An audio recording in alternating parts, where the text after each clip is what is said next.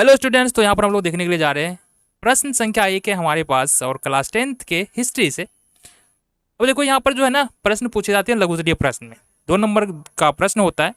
अगर बातों को तुम सही तरीके से समझ पाओ तो निश्चित तौर पर तुम्हारे लिए काम आसान हो जाएगा और तुमको ज़्यादा रटने की जरूरत नहीं पड़ेगी। लेकिन वहीं पर दूसरी ओर बात करें, अगर तुम नहीं समझ पाओ तो फिर रटते रहो, दिमाग से बात ये आएगी, निकलती चली जाएगी। तो समझना है बातों को। देखते हैं पहला प्रश्न क्या है। सामने नजर आ रहा है तुम्हारे। पहला प्रश्न है, खिलाफत आंदोलन क्यों हुआ था? ये हमारा प्रश्न है। कौन सा प्रश्न है? खिलाफत आंदोलन क्यों हुआ था, ये हमारे पास प्रश्न है। इसके बारे में हमको चर्चा करनी है कि खिलाफत आंदोलन था क्या और ये क्यों हुआ था। तो अगर हम बात करें खिलाफत आंदोलन की, तो ये जुड़ा हुआ है मुख्य रूप से कहां से? ये जुड़ा हुआ है तुम्हारा तुर्की से। तुर्की एक देश है, उससे जुड़ा हुआ है। अब जो तुर्की का सुल्तान था, मतलब सुल्तान मतलब क्या होता है? तुर्की का राजा। क्या? तुर्की का राजा। तुर्की का जो राजा था यहां पर, राजा, इसको बोला जाता था खलीफा। क्या बोला जाता था? खलीफा। मतलब खलीफा का एक पद होता था, ये बोल सकते हैं। अब जो तुर्की का राजा था ना, उसको पूरे इस्लाम जगत में, यानी कि जितने भी मुस्लिम कंट्री थे और जितने भी दुनिया में मुस्लिम धर्म को मानने वाले लोग थे, उन सब वो सब जो है, ये जो तुर्की का सुल्तान जो खलीफा हुआ करता था, उन सब का धर्म गुरु माना जाता था। मतलब तुर्की के जो सुल्तान थे, उसी के अनुसार जो पूरे वर्ल्ड में जो भी मुस्लिम थे, उसी के अनुसार जो उनकी नीतियां थी वो हुआ करती थी, उन्हीं के अनुसार चला करते थे। ठीक है, खास करके धर्म की बात करेंगे। तब प्रथम विश्व युद्ध हुआ। अब प्रथम विश्व युद्ध में यह था कि तुर्की भी शामिल हो रहा था और इंग्लैंड भी शामिल हो रहा था।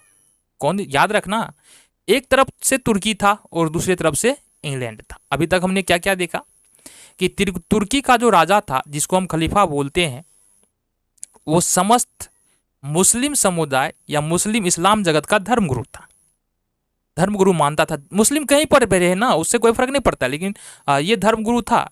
एक बहुत बड़ा ओहदा था जो तुर्की का सुल्तान था उसका।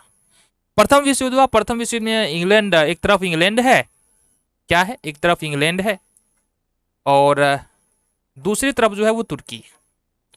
अब यहां पर होता यह है कि तुर्की यहां से हार जाता है, ये गया हार, और जीत किसकी हुई? इंग्लैंड।